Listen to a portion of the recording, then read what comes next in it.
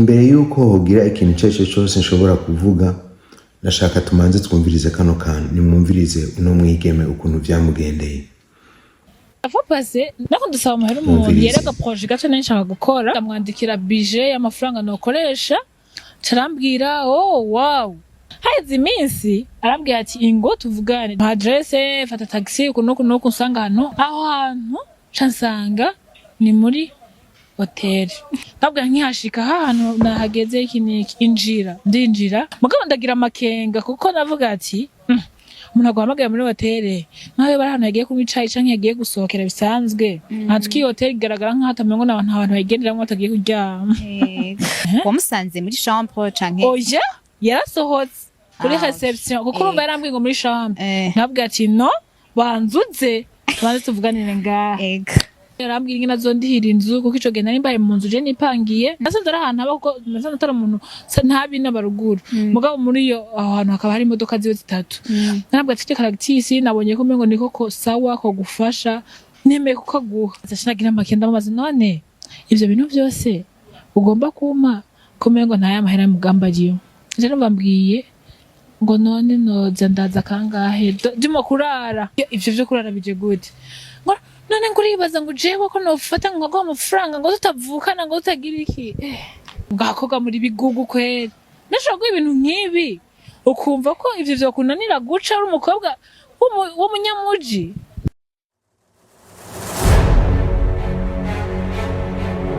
Nkaba ndaguhaye ikaze John Jeff Habyarimana nkuko vyama ukaba uri mushasha canke ari ukitubona hano turi kuziko. Hanyuma rero agasanga utarabikora kora subscribe wongere active na close the notification ikajya gakengere kugira ngo uzohore wumva ibiganiro bicinga ni wumva mbere n'ivyo turiko turavuga ari vyiza wongere uduhe na like kugira ngo algorithm ya YouTube itwereke abandi bantu bashobora kumva bino biganiro. No munsi rero nashaka tuvugane ku vyerekeye business, nashaka tuvugane ku vyerekeye entrepreneuria. Jewe subiye inyuma gatoyi kuva mu 2009 namwe mfise ivyo mba ndiko ndakora mbere kuva n'imbere yaho ariko sinzi yuko nigeze kubibabwira reka bivuge. Kuva 2006 naragiye ku ishure gushika mu 2008 ishure ncanze rihagarika hari kuri university hanyuma ncantangura kugenda gukora akazi. Hanyuma maze gukora akazi naratanguye ndakorera abantu batandukanye. Hanyuma rero uwundi muntu araza arankura ahantu nakora ubwa mbere antwara iwiwe. Amaze kuntwara iwiwe rero hanyuma arankoresha umwaka wose ikiringo c'umwaka wose. Hanyuma muri uwo mwaka wose ntiyamemba umushahara numwe. Muravyumva yuko ari ibintu bibabaje, muravyumva yuko umwaka wose ukorera umuntu ntushobore guhembwa nk'agashahara. Ushobora kuvuga ati umushahara naje ushobora kumfashamo ibindi. Muravyumva yuko ari ibintu bibabaza. Rero ivyo byaratumye nkura mu mutwe, byarankujije mu mutwe. Nico gituma kuri no munsi jewe kenshi mvuga nti ikintu kubisanzwe kitakwishe, ico kintu kitakwishe kitagusinzikarije ubuzima ngo kikwice, kubisanzwe ico kintu kiza kukwigisha kandi kiza kugushikana ahandi hantu hejuru cyane, kiza kugushikana ku wundi bwenge, kiza gushikana ku rundi rwego rwo kumenya ibintu, rwo kumenya ibinabiriya. Kubisanzwe uno munsi mwavyumvise uwo mwigeme ukuntu yarafise projet. Hanyuma afise projet arayisigurira umuntu. Amaze kuyisigurira umuntu aramubwira ati uri umwana w'umwigeme urafise projet, ukuvuga yuko urafise kazoza ni vyiza. Mwavyumvise yuko yavuze ati wow, sinzi ko mwavyumvise. Ukuvuga yuko yarabiryoherewe kubona umwana w'umwigeme afise projet kanaka, afise ivyo yifuza gukora, afise ibintu yifuza guhindura mu buzima bwiwe. Kuko hajya iyo utanguye business hariho ibintu byinshi ushaka guhindura mu buzima bwawe. Hanyuma rero ivyamubereye nabi nuko uyu muntu yashaka kumuhaza amafaranga nawe yarafise ibindi vyiyumviro. Uno munsi turavugana kuri entrepreneuria, uno munsi turavugana kuri business, uno munsi turavugana ku bintu vyinshi cyane vyerekeye akazi umuntu abasanze ariko arakora, kaba akazi yaba entreprise canke yaba business uri kurakora. Nukuvuga ibi byose bidutwara ahantu bivuga biti mbega akazi na sex, akazi no kuryamana à gauche à droite, mbega ivyo bintu biraheza bikagenda gute? Uno munsi nivyo tugiye kuvugana muri no video, hanyuma ndakwereke n'amabi yavyo, ndakwereke n'ukuntu ivyo bintu bica bihera, kuko kubisanzwe muri imirie ya business, muri imirie ya entrepreneuria ndafisemo ubumenyi bwinshi, kuyana ni imirie ndimwo, ni imirie gushika n'ubu ndimwo, ni nahantu niyumva nisanzura, nahantu niyumva yuko I belong, ndumva yuko ndi muri iyo secteur. Rero reka dufate gato yuko ufise entreprise, reka dufate gato yuko uri mu directeur general w'ahantu bagusize mu mabanga kanaka, reka dufate yuko ari entreprise gwawe, ufise business, uvuga ati iyi ni entreprise gwanje ndayishinze irabayeho, iyo entreprise irabayeho irahari, nukuvuga agasanga ukorera leta cyangwa ukorera ONG, nukuvuga baba kwiteze ko yuko muri kiye kibaza uburimwo cyo gufata ingingo yuko ushobora kubateza imbere, yuko ushobora guteza imbere icyo gisata uburimwo, yuko utegeza guteza imbere aho hantu uburi cyangwa iyo ministere uburimo. Kubisanzwe ibintu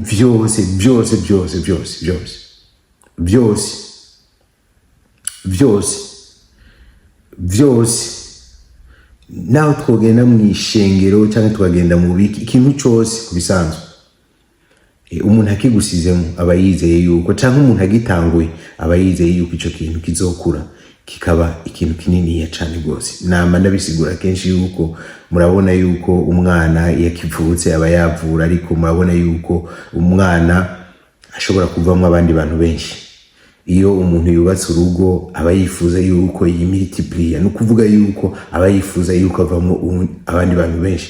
No kuri entreprise nuko nyene, no hajya ahantu ajya amabanga bagusize, bahagusize kugira ngo ushobore kwakira abantu benshi babaho, ushobore gutunganiriza abantu benshi babaho. Iyumvire rero ufise entreprise, ufise company kanaka, rero iyo company kanaka utegeza kuyiteza imbere kuko urifuza yuko utera imbere, kandi amafaranga yawe uba wasizemo kumbure uba wifuza yuko ayo mafaranga yunguka, aba amafaranga menshi, uba wifuza yuko ushika ahantu, uba wifuza yuko ukura, entreprise yawe ikura. Hanyuma rero urangajije abantu baraje kugukorera canke baragwaye amabanga, baravuze bati genda ujere bijya bintu, genda ujere ijya entreprise kanaka. Hanyuma ushitse muri entreprise kanaka usanzemo kumbure 80% yo mukorana, bamwe bari sous tes ordres, bamwe ari musi yawe, n'abafasoni n'abigeme n'abakobwa n'abagore. Hanyuma rero dufate yuko wewe ufise karaktere, canke dufate yuko wewe woba uri umuntu akunda kuryamana n'abantu cyangwa kuryamana n'abagore à gauche à droite, kugenda kudraga abagore à gauche à droite. Urumva rero bagushize aho hantu, urumva ufise amajibiye menshi ugenda gushasa, murabyumva yuko haba hariho akazi kenshi kuri wewe kaba kubutse, uvuga ati okay, bari munsi y'amategeko yanje, ni kuvuga yuko ivyo nzoba ndababwiye bazotegezwa kugira bazotegezwa kuvyemera, kuko batavyemeye ndafise ububasha bwo kumukura, ndafise ububasha bwo kugira gute, ndafise ububasha bwo kumuha mutation nka mumita, ndafise ububasha bwo kumutahariya kure, ndafise ububasha bwo kumwirukana, ndafise ububasha bwo urumva hariho ubu mufise kububasha by'ukuri. Ariko rero nabo mufise kububasha, nagomba imbere yuko tubandanya manze mbaze kano kabazo. Mbega umuntu nk'uyu iyo ashitse ahantu, muravyumva yo shobora guteza imbere iyo entreprise abatanguye? Muravyumva yuko yo shobora guteza imbere iyo company? Muravyumva yuko yo shobora guteza imbere iyo ministere? Muravyumva yuko yo shobora guteza imbere iyo ONG yoba agiyemo umuntu afise umuntu ameze uko, umuntu w'umusambanyi, umuntu asambana à gauche à droite, kumba arashobora kuba afise umugore, arashobora kuba umusore ata mugore ufise, mugabo ugasanga uri kuriruka mu majipo y'abagore hirya no hino, naho nyene byose birafise impact. Muravyumva yuko umuntu nk'uyu by'ukuri yoshobora guteza imbere company? Muravyumva yuko yoshobora guteza imbere entreprise? Ndashaka munyishure ngaho muri commentaire, mucemanuka ngaho muri commentaire munyishure, hanyuma hariho ikindi kintu abantu badahora bashira mu consideration, abantu badahora biyumvira, kumbure ngiye kuvuga ngaha. Sinzi yuko mumaze kubibona igihe umuntu ashobora kuba afise ingorane mu kibano, canke ashobora kuba afise ingorane muri company yawe, ashobora kuba afise ingorane muri ministere kanaka urimo, ashobora kuba afise ingorane mu ishengero kanaka ushobora kuba urimo. Hanyuma rero nk'ubu mukagira nk'inama, inama igahera itevye, inama ikaba canke ku mugoroba amasaha yuko abandi bashobora kuba batashe. Hanyuma uwo muntu dufate yuko aba muri quartier mbi, iyo quartier itarangwamo umutekano, iyo quartier irimo ababandi, irimo abasuma. Iyumvire gatoyi uwo muntu etat d'esprit canke mu mutwe wiwe ikiba kikoke. Mbega iyo nama muba muriko murakora, n'igihe muba muriko murakora, murumva yuko uwo muntu vy'ukuri mu nama muba muriko murakoresha, uyu muntu vy'ukuri mumva yuko muba muri kumwe? Wewe ariko ariyumvira ati ninataha babanza guhura barancumita, uno mugoroba abanyakaga gasaka mefise canke bangirire nabi. Urumva mu mutwe nivyo vyiyumviro biba biriko birage. Canke iyumvire gatoyi ata bus aza kuronka mwese mufise imodoka, mutwe aza kuba ariko ariyumvira mbega ndaronka bus, mbega biza kugenda gute, nza gutaha gute. Urumva ibibazo afise ibibazo byinshi muri we. Nukuvuga yuko n'ivyo aza kuvuga n'ivyiyumvira aza gutanga ni ivyiyumviro nyene vy'umuntu afise ingorane mu mutwe iwiwe, ni ivyiyumviro vy'umuntu adafise amahoro mu mutima wiwe. Muravyumva yuko ataza gutanga ivyiyumviro vyiza. Mbega aba entrepreneur muri ngaha, aba entrepreneur barabatwumviriza, mbega uyu muntu ari muri entreprise yawe, muravyumva yuko entreprise yoshobora kugira amahoro uyu muntu ahari muri entreprise yanyu? Munyishuri ari hariya mwishengeri iwawe, murumva yuko umuntu kwera batunganye, muravyumva yuko umutima we utunganye uba utekereje hamwe. Yoshobora kuvuga ati reka ni concentrate ku gikorwa 100% canke 150% nitange kugira ngo company yanje canke ivyo ndiko ndakora bitera imbere biduge. Muravyumva yuko umuntu afise amahoro vy'ukuri, atekanye, akora mu conditions akwiye. Muravyumva yuko vy'ukuri ari vyiza. Mbega umuntu aba ari muri condition, umuntu aba ari muri bino bintu, muravyumva yuko ibi bintu vyiwe, iyi situation yiwe ishobora kugira impact kuri company yawe, ishobora kugira impact kuri ministere yawe, ishobora kugira impact ku ishengero ryawe, ishobora kugira impact mu kintu cyose ugomba gutangura. Agasanga ari association. Munyishure ngaho na ngaho muri commentaire, muze munyishure, kuko hano turi kuganira, hano turi kuvugana kugira ngo dushobore kuvugana ibintu bishobora kudufasha. Reka tuvuge n'akandi karorero gatoyi. Iyumvire gatoyi, urafise umuntu ari muri company iwawe, urafise umuntu ari muri ministeri iwawe, urafise umuntu ari mu ishengero iwawe, urafise umuntu afise amabanga aho agasanga ari association canke ahari hose, ariko mumuhemba umushahara. Hanyuma umuntu dufate yuko mumuhemba ibihumbi dufate nk'ijana by'amafaranga, fata amasefa canke amarundi canke amashiringi canke uko abangana kose. Hanyuma rero dufate yuko uwo muntu apanze nk'inzu y'ibihumbi 150, apanze sasa ibihumbi 150. Hanyuma iyumvire gatoyi, iyo hageze kumuhemba wewe abona yuko atakibazo, ukabona yuko abandanje abaho, kandi ukabona yuko uwo muntu inzu yayirishe, ivyo kurya ronka, ashobora kuba yaranaguze n'imodoka, ashobora kuba afise ibintu asumbije abandi bakozi bawe.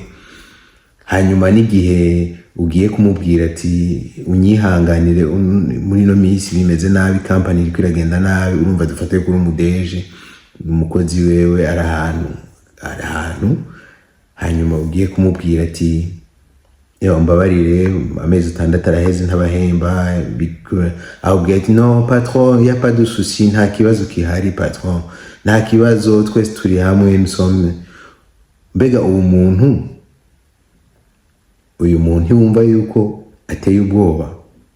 mbega wibaza yuko amafaranga yo kuriha ijya nzu abamo canke yo kugura essence y'ijya modoka agiramo canke yo kwambara neza zijya mpuzu yambara canke kugaburira umuryango wiwe, wibaza yuko amafaranga ayakura he? Byumvikana yuko rero wowe ufise company canke wowe ufise ibyo wamujejwe umuhemba amafaranga, byumvikana yuko ajya hajya nyene aba yicaye.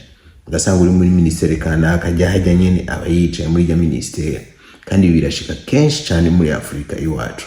Ari ugasanga umuntu ntibamukura, ntibashaka kwelimina le problème, ariko ari nka société privée canke ari nk'umuntu afise company kanaka canke ari ONG, kenshi baramukura kuko urumva kijya kibanza abafise hari igihe kijya kibanza abajya hajya nyene image hajya amafaranga yose ni hayakura. Murabyumva yuko hariho ama situation menshi usanga yafekta entreprise y'umuntu. Rero igihe umuntu nawe afise ingorane z'ubusambanyi nkuko mwavyumvise igihe video yatangura, ivyo bironona cane gose, bironona cane entreprise. Umutekano w'aba badamu bakora harya, umutekano w'aba bakobwa bakora harya, muravyumva yuko ashaka fu arenganye hari abantu imitima iguruka. Igihe agwamagaye mu biro iwiwe, muravyumva yuko hari igihe imitima iguruka kuko ntuba ufise amahoro, bavuga ati mbega uno munsi ho biza kugenda gute, mbega uno munsi nza kumucika gute. Kumbura ashobora kuba waramwemereye kugira ngo ushobore gupusa umwanya upuse imbere, ariko ugasanga nawe aguma guharsera uko bukeye uko bwije, kandi nawe ntushaka guhemuka, ariko ugasanga harceration ni nyinshi. Ibi bintu ndiko ndavuga abantu benshi, imigwi myinshi irabica mu ngayi wacu muri Afrika, myinshi cyane gose. Baza abakenyezi bakora mu ministere kanaka, baza bigeme bakora mu ONG kanaka, baza abamama bakora ahana, urasanga baca muri izi ngorane barazicamo cyane gose, kandi imisi yose. Rero byumvikana yuko iyo umuntu ameze gutya nta handi hantu ashobora gutwara iyo company yiwe, nta handi hantu ashobora gutwara iyo business yiwe, nta handi hantu ashobora gutwara iyo ministere yiwe, nta handi hantu ashobora gutwara iryo dini yiwe canke abo bantu atwaramo bari munsi yiwe. Ni ukuvuga yuko abatwaye kubahomvya. Ico kintu vuba kirugara kikavaho, kirugara ntikimara iminsi myinshi, kirugara kikavaho, kuko ikintu cyose kidakuze kiramanuka. Mumva yuko kitaduze kiramanuka. Ikintu cyose kiba wateye igiharage giteza kuduga, kigakura, kikama ivyamwa. Ukuvuga kidakuze kiraborera mu kuzimu. Ni umva ni cyangwa kidakuze kigakura nabi, kirakura gatoyi hanyuma kikabora, ukabona kisho n'ingwara ikacica. Ni ukuvuga yuko rero umuntu yatanguye company afise ivyiyumviro vy'ubusambanyi muri we, afise ivyiyumviro kuko ivyiyumviro vy'ubusambanyi ni ma energy ari negative. Ama energy negative nayo agutwara kugwara ibigwara. Tuko tubavuga ama energy kumbure mba ndabatwaye kure gatoyi, mba ndabatwaye muri meditation, mba ndabatwaye mu bintu byinshi, kumbure muzogenda murabibona, muzogenda muravyumva buke, ariko umuntu afise ama energy negative, umuntu afise ivyiyumviro bi negative, kwa murazi yuko umuntu jewe ndi energy nawe uri energy. Ni kuvuga kujya nk'umuyaga nkuba ariyo energy, nawe ni kumeze, nawe ni nka energy. Muravyumva yuko nawe uri energy, wari wese ari energy. Ni kuvuga yuko rero umuntu afise ivyiyumviro nk'ibi biri negative, kuvuga ivyiyumviro bito, ivyiyumviro ataho bishika. Ni kuvuga ivyiyumviro nk'ibi ntaho bijana, nta handi bijana. Ivyiyumviro bijana mu kuzima kw'ikintu. Ni kuvuga yuko kirazimya. Ni ivyiyumviro bibi, ni ivyiyumviro ataho bishikana. Ni ukuvuga watanguye ikintu ufise ivyiyumviro nk'ibi, mwumva yuko icyo kintu gica gitegerezwa guhagarara. reka ndakubwire ikintu gitoyi kuvyerekeye ivyiyumviro. Kubisanzwe ivyiyumviro tuba dufise ngaha mu mutwe ni ikintu gikomeye cyane gishobora kutujana. Mbega sinzi yuko muri mwebwe hariho umuntu amaze kugira ikintu bita visualization. Visualization ni ukuvuga yuko uvisualize ukavisualizing ukavuga ati jewe ndifuza ikintu kimeze gutya, hama umaze kuvuga ati ndifuza ikintu kimeze gutya hanye ni ukuvuga ico kintu agasanga ari television par exemple. Dufate television n'ibintu byama bigurwa kenshi, uravuga ati nkeneye television marque ya Samsung ifise 32 pouces cyangwa ifise 50 pouces, hanyuma iyo television ndayishaka ari HD ndayishaka iyo television ifise ama option aya naya. Urumva ubukizi wamaze kuvisualize ubukizi mu mutwe iwawe. Nico kimwe n'umuntu atanguye business. Kubisanzwe iyo umuntu atanguye ikintu aba yifuza yuko gishika kure, aba abona ahazogishikana. Mugabo iyo ufise ivyiyumviro biri negative muri wewe, ni ukuvuga yuko ya entreprise yawe na vya vyiyumviro vyawe na vya bindi byose wari kurakora na wa mutahe wawe, ni ukuvuga yuko ukujana muri ico kintu ca negativite, ni ukuvuga ntaho ushobora kuja. Ni ukuvuga ubugiye kirahagarara ico kintu kirapfa. Uko bigenda kose ico kintu kirahagarara. Uzobipime uzorabe. Ibi ndiko ndavuga ntibisaba ngo ube uri umukristo canke uri umupagani, no. Iyi ni n'amanotion ari ni n'amaloi universelle ahari. Iyo umuntu afise iyo ashaka kuja, bitavuze ngo uri umukristo cyangwa bitavuze ngo uri umupagani cyangwa ngo uri umuzima cyangwa bitavuze ngo uri ngaha. Iyo umuntu afise ahantu ashaka kuja, hanyuma akaba afise mu mutwe akavisualize, akamafata umwanya wo kwiyumvira kuri ico kintu, akaba afise n'amajambo agira ko igihe cyose kugira ngo azoshobore gushika kuri ico kintu, nta nkeka ico kintu ategerezwa kugishikako. Sinzi yuko mwanahuye, sinzi yuko ibyo twavuganye mwavyumvise.